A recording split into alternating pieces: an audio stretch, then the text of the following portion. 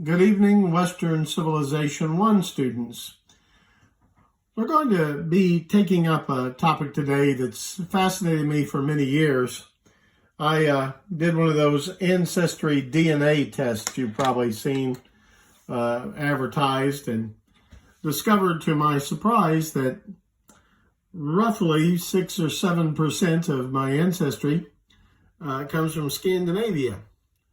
It probably comes actually through England in the intermediate period. So that when I discovered that, I started reading up on ancient Scandinavia and learned some really fascinating things about the Vikings. Now, when you hear this word Vikings, it refers generally to the culture of Scandinavia between roughly 500 AD and 1000 AD or 1100 AD. So Viking age Scandinavia, roughly 500 to 1100 AD. And Scandinavia, in case you don't recognize that term, it refers specifically to, this is southern Norway. This is southern Sweden.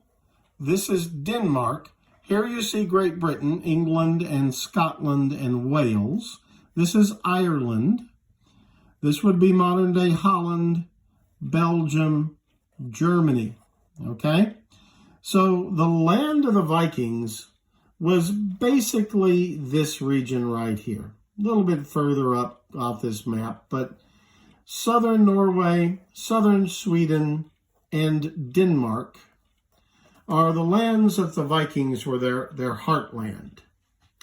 And over this period of roughly 600 years, in the early Middle Ages, people from those lands used a striking technology to expand, to attack, to conquer, to loot and pillage, but also to trade, economically, buying and selling things all over Europe, from Russia to Italy to Ireland, and to explore the islands of the far north, the Shetlands, the Faroe Islands, but to go on and discover the island of Iceland in the North Atlantic, the island of Greenland in the North Atlantic, and even briefly to put up a settlement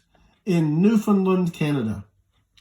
So one question that you need to keep in mind is Christopher Columbus was not the first European to reach North America.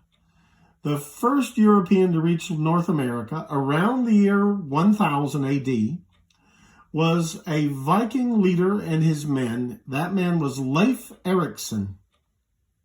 And Leif Erikson led a band of his warriors, and then eventually they brought women from Viking settlements in Greenland, and they briefly settled at a place called Lonsomedo on the island of Newfoundland in Canada. So the Vikings were the Europeans who actually discovered North America. Unfortunately, their discovery was largely forgotten. It survived only in some semi-legendary poems called the sagas, and people came to believe the sagas were all fiction, that they were just fantasy stories. But we now know that the sagas actually had a lot of actual history in them.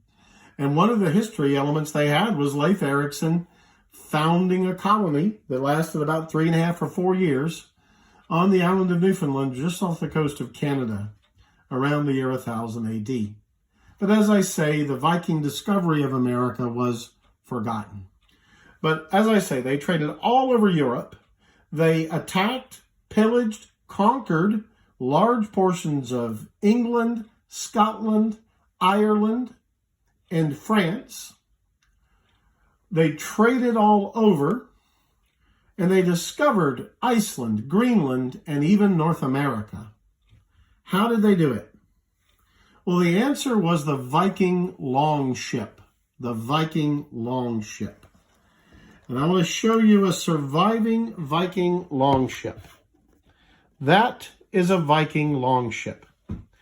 Now, the reason it survives is because royalty were often actually buried in these ships. Sometimes they would burn them, but other times they would bury the ship intact. And this ship was discovered, it dates from around 815 to 820 AD, and was discovered in southern Norway with the remains of a queen inside. A Viking queen was buried in the ship. Now, you can see immediately why the Vikings call their ships longships. The reason for that, of course, is the length of the ship. These were very long, very slender boats. There is one Viking longship that was nearly 200 feet long. This one is shorter. I believe this ship is around 65 or 70 feet long. But they were not wide. This is about as wide a longship as you ever find. But look how low to the waterline this would have been. The waterline would have been like right here. But why would they design them this way? Because they wanted to go up rivers, and they needed a shallow draft vessel. This longship has a draft of less than 4 feet. It could sail in 4 feet of water. But because they were designed the way they were incredibly fast when you rode them. They have superb hydrodynamic qualities. So they could be rowed, or, and there you see a mast, they had sails, square sails. They could just jet through the water at incredibly fast for a rowboat or a sailboat. You might think as low it is to the water that they would sink a lot, but they actually didn't. Because they were built so wide in the midpoint, they didn't rock very heavily in heavy seas. So unless they got caught in really bad weather, Viking longships seldom sank. And they almost never came apart. They were what were called clinker built. You can see, let me move up here. This is looking at the bow of the ship. You can see how the boards overlap here. And they had bracing in the middle. There you can see a buried ship. You can see the bracing across it. This ship was discovered in 1886, another burial site. But these clinker-built ships almost never came apart. And they were built to be very strong. They would cut down a tall pine tree, fir tree, in Scandinavia and shave it down and get a single board maybe 50, 60 feet long from that tree. One tree equals one board. But that meant that these trees, gave their strength to the boards. So these were amazing boats, absolutely amazing boats, built with very simple tools, but a genius for ship design. The Viking longship was miraculous. But there was something else about the Vikings that I'm sure if you knew anything about Vikings, you knew that they were fierce warriors. And I want to show you now a picture. Hopefully I can do this without too much disturbance. Of a reconstruction of a Viking warrior in full battle gear. Now this would be a very well-equipped Viking warrior. You see he is carrying a wooden shield. It has an iron brace in the middle.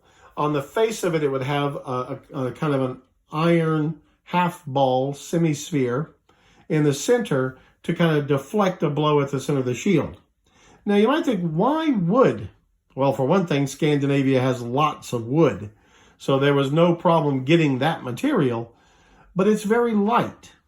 And all you're really trying to do with a shield like this is deflect a blow from a sword, an axe, a hammer, and deflect it away from your body. So you don't need an impenetrable thing. This wood was pretty tough. They would get hacked at. The wooden shields would be hacked at in a battle, but when the battle was over, you simply replaced the wood. You made a new shield and put your metal fittings back on it. So they often went through the shields fairly fast. But the wood was plentiful, and it was easy to make these shields, and they were very light. Can you imagine carrying around a metal shield as big as that? But these thin boards were quite light to carry. This is the Viking sword. Viking blacksmiths or swordsmiths were the first Europeans to begin to produce steel swords. Now, they were not on the quality of, say, the Arab Damascene steel, but as far as primitive steel goes, they were the first European armorers to produce steel blades, which are much more durable and keep a sharp edge better. But even if that was just a pure iron sword, the Viking sword was a very good sword. It was much longer than the swords typically carried, say, for example, by the Anglo-Saxons in England. They basically carried long bowie knives for swords. These things were longer and gave you more of a reach on your enemy if you're fighting an Anglo-Saxon. They also carried a stabbing spear. That is not a javelin. It's not a throwing spear. That would be a spear for trying to jab down over the top of your enemy's shield, much like the hoplites of ancient Greece. You'll see that he is wearing, he wore thick woolen underwear. Now that is partly because it's cold up there. But also, this would deflect blows. It would cushion the blow in battle. So under his tunic, he is wearing a very thick woolen underwear, which was a kind of primitive armor. But the Vikings wanted maneuverability, and a lot of heavy metal would have reduced the mobility for their warriors. This warrior is wearing a helmet. Most Vikings could not afford helmets. They would not have gone into battle wearing helmets. Probably 65-70% would have been bareheaded because helmets were very expensive. But this guy here has got about as good a helmet as the Vikings ever had. And again, its purpose is to deflect a blow from an enemy's sword, axe, spear. He doesn't have, he's got a sort of a short knife there. This one doesn't have a battle axe. Some Vikings preferred a battle axe to a sword. You get a better swing on it, perhaps. But the Vikings became fearsome. By the late 700s, they had begun to raid both England and the coast of Holland, Belgium, and France.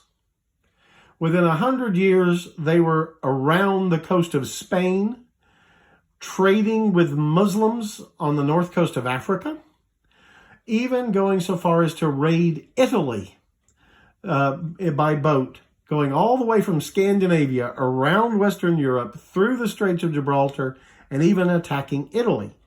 Meanwhile, other Vikings made their way down the rivers of Russia. Remember, these boats are good for rivers.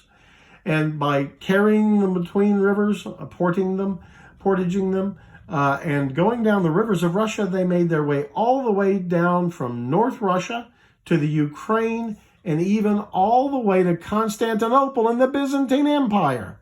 These guys went everywhere, trading and raiding. Eventually, they would settle parts of England, Scotland, northern France, and Ireland. The city of Dublin, Ireland, was founded by Vikings. The city of York in North England was taken over completely by the Vikings and served as a capital of Viking Britain for a century and a half. So these people left traces of their culture all over Northwest Europe and their genes when they married into the local people. That's probably where my Scandinavian ancestry comes from my English ancestors. Fascinating story. We'll talk more about the Vikings in England next time, but I wanted to introduce these seafarers and warriors, pirates and traders to you in this lecture. We'll continue in the next lecture with Anglo-Saxon England and the Vikings. Thank you.